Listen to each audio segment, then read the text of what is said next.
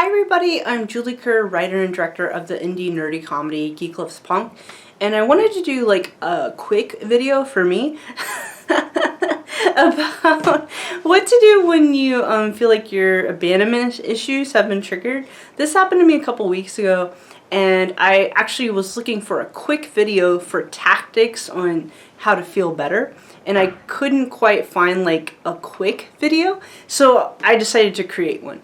So here's the thing, there's tons of psychologists and there's tons of great videos on psychology, and these videos are made by people with PhDs and they're super highly qualified. So I definitely recommend after you watch this video to just, you know, keep researching the subject if it's interesting to you, or if it's something you want to learn more about, because there's so many great videos about it. But I'm gonna keep this video kind of short because that's what I was looking for last week. Okay, so there's something called complex post-traumatic stress syndrome. Yeah, CPTSD, complex post-traumatic stress disorder. Okay, PTSD. CPTSD. I'm gonna put it right here. Because, yeah, okay. But I probably have that. So, the other thing when I make these videos, I'm really happy. It's just the minute I push play, it's just so much fun to do these videos. So, I don't tend to do the thing where you push play and then you start crying and stuff. I keep the camera off on the days. I mean, today was not a great day. So, but I just love doing these videos so much. I tend to be pretty happy in these videos. I might get more views if I cried in my videos, because you know, but that's just not what I do on social media. I cry privately. I feel sad privately, or maybe Instagram stories is when I do that. Okay, but here's the deal. So I probably have CPTSD. Yeah, complex post-traumatic stress disorder. Yeah, I probably have that, and I've been treating it my whole life in several different ways. Specifically what happened a couple weeks ago, though, was that, like, straight up my abandonment issues got triggered, and so I want to describe what that felt like, and then I'm going to give you tactics if your abandonment issues get triggered. Like, I know my triggers, I know my trauma. Like, if you check out my website, I have all these different things that I do to just feel good and heal my brain from, you know, from growing up in an abusive home. So, okay. So, again, keeping this short. Okay. All right. So, yes, I probably have CPTSD, and then I was reading what it is, and I was like, you know, that just kind of sounds like the human condition. They were like, yeah, CPTSD, if I'm saying it right, again, I'm gonna put it right here, it's people who feel sad. I was like, that's everybody. And it's people who get anxiety. Yeah, that's a lot of people I know. People who've been through trauma, almost everyone I know. So, okay, I don't know the statistics. I'm just an indie filmmaker, but, yeah, but, CPTSD. I'm pretty sure I'm saying it right. I'll put a thing. Okay. I'll put a thing below in this video to make sure I'm saying it right, because it's a legit psychological term. There's a lot of great videos on it. Okay, so abandonment issues. So here's what happens when blah blah blah. I grew up in an abusive home, only because I've talked about it in so many videos, and for sure it was traumatic and all that stuff, like legit, which makes me a really good writer and really good filmmaker. But yeah, abandonment for me was more like emotional abandonment. So around 12 or 13, when, honestly, it's always hard to be a person, but basically when I was a kid, I really couldn't turn to my parents for like advice, like emotional advice or that kind of thing. So I couldn't talk to them about the fact that I was gay, but there's way more stuff like that. So it's kind of more of an emotional abandonment. And basically at the age of 12, I had to start figuring things out on my own, and I'm 12. And then also with my little sister, she actually told me right before she got married, and she's happily married, she said, you know, Julie, yeah, I was talking to my therapist, and she went to marriage counseling before they got married, but she's like, you kind of raised me. And I was like, yeah, and I'm only like 2 years older than my little sister, so I get that. Like, she could turn to me for guidance and help, and I did the best I could to raise her, considering I was 2 years older than her. Me and my mom are good. She's great. I love my mom. She's in her 70s. I'm 39. My dad passed away a year ago. I forgive him. I've made peace. But yeah, he was, it's fair to say he was an abusive guy, you know. Okay, so abandonment issues. So what it feels like when my abandonment issues gets triggered, it kind of feels like my nervous system, or even like my soul. It feels like it's, I'm just going to put my notes down, but it feels like my nervous system, my soul is like kind of doggy paddling. Like it's just like, it's sort of anxiety, but it's like, I'm just like trying to, you know what I mean? Like, or let's say I'm on ice and I don't know how to skate. So I'm just kind of, that's the best way I could describe it, is what it feels like. And it feels kind of panicky. It doesn't feel good. It's not a panic attack. I don't think it's fair to call it that out of respect for people who've gotten those. But it does feel like my nervous system is just kind of like not, oh, what do I do? It's like I'm flailing in the water. And it's not a good feeling. So, alright. So that's what it feels like when my abandonment issues gets triggered. And then and so I was being kind of panicky, and that's okay. I was being kind of panicky, and I was just like, what do I do? And I was Googling, like, you know, YouTube videos on what to do when your abandonment issues get triggered. And didn't quite find what I was looking for, thus this video. But, okay, so here's what I want to say, because I forgot about all this. Okay, I was listening to a podcast called Professor Blastoff, featuring Tig Notaro and 2 other comedians who I forget their names. I think it's Kyle and someone else. I'll put their names down below. It's a great podcast about 3 comedians talking about, like, deep subjects, but they're like comedians, so it's entertaining. Okay, they one time, I forget the subject of it, but they one time had, ironically, they had it's just ironic because it was such a good truth bomb, and she's not a psychologist, but on their podcast they had a sitcom writer named Whitney Cummings, I think is her name. If I said that wrong, I'll put it right here. And she's a comedian and a sitcom writer, and she's very successful. And she said something pretty profound that she discovered, I think, in therapy, or she read it somewhere, or maybe she came up with it. But this was very liberating for me. But she said that, you know, only children. I hope this is comforting for you. It was comforting for me, to be honest. So I hope this is comforting for you. If it's not, like, find a video that's comforting. But this was very comforting for me. Okay, here's the deal. Children can be abandoned because children are not self-sustaining, right? And even at 12, like, I had food to eat and I had a place to sleep, but the emotional stuff, I wasn't really getting support, and there's other stuff happening. So but that is to say, adults who are self-sustaining, which I am because I'm 39 years old, adults can't be abandoned because we're self-sustaining. We're not children. Like, children rely on adults to, like, eat and have a place to live, and then hopefully they can get advice from their parents and all that kind of stuff. So the part I found very liberating was just that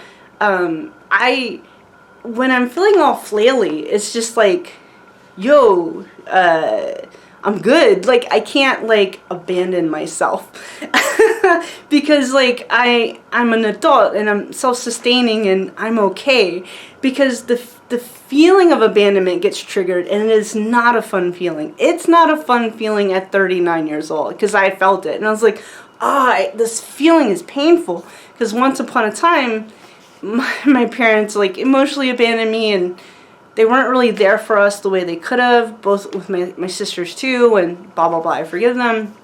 But once upon a time I was abandoned as a kid, and it was not a fun feeling that alone.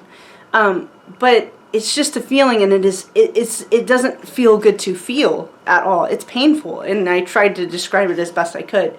But as an adult, what I can tell myself is, hey, it's just a feeling. It doesn't feel good, but I can't abandon myself. I can't be abandoned at 39 years old. It's a thing that happens to kids. So it's a sad thing that happens to kids. I'm always praying for all children all the time. But I actually found that really helpful and very liberating, just knowing that, like, you know, it's just a feeling. The feeling of being abandoned, it's just a feeling. It's a painful feeling, but I have all the personal development stuff, and I've done therapy and all that kind of stuff. I have all the stuff I need to feel good inside. And so when my abandonment does get triggered, I can remember and just tell myself, this is just a feeling that you're feeling. And it's painful, but you're okay. So my first tactic for when your abandonment issues get triggered, I hope that's comforting for you. I hope. Okay. Because I remember T.D. Jakes also gave a sermon where he was like, you know, sometimes it's just you, and you.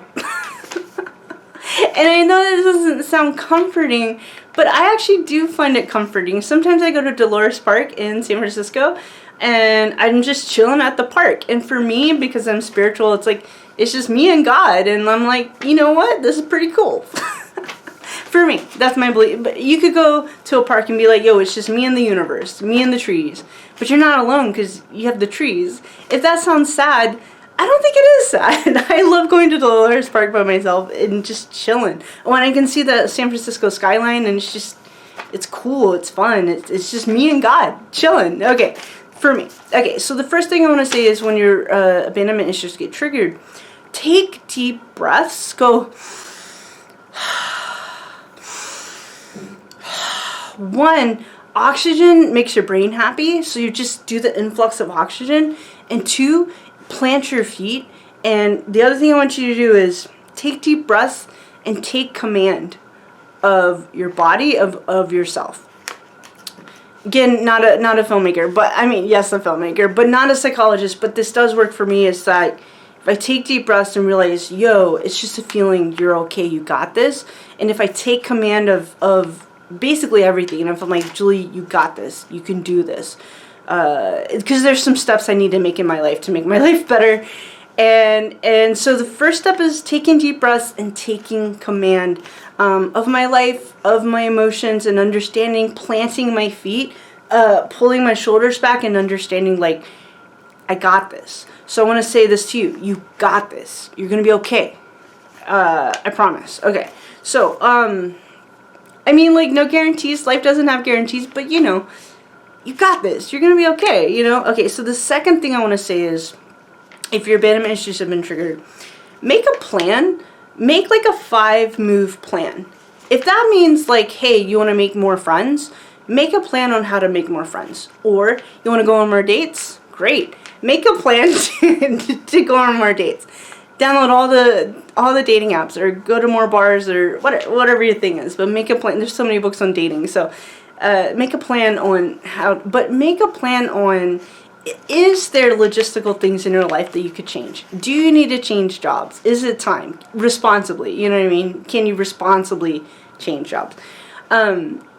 Is it time? Have you had some hobby you've been really wanting to do and you just haven't done it? Like playing guitar, or I really got into instruments during the pandemic. So is there something, just something cool that you've been really wanting to do?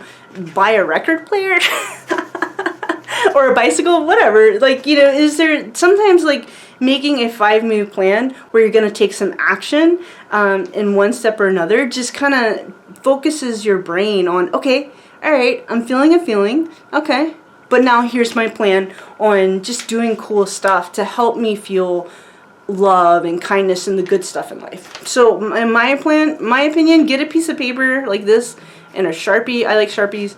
Make a 5-move plan, 5 boxes, and say, this is the things I want to do to just feel more joy in life. Yeah, okay. The third thing I want to say, and this is the core of my belief system, and I have to remember this, so, okay.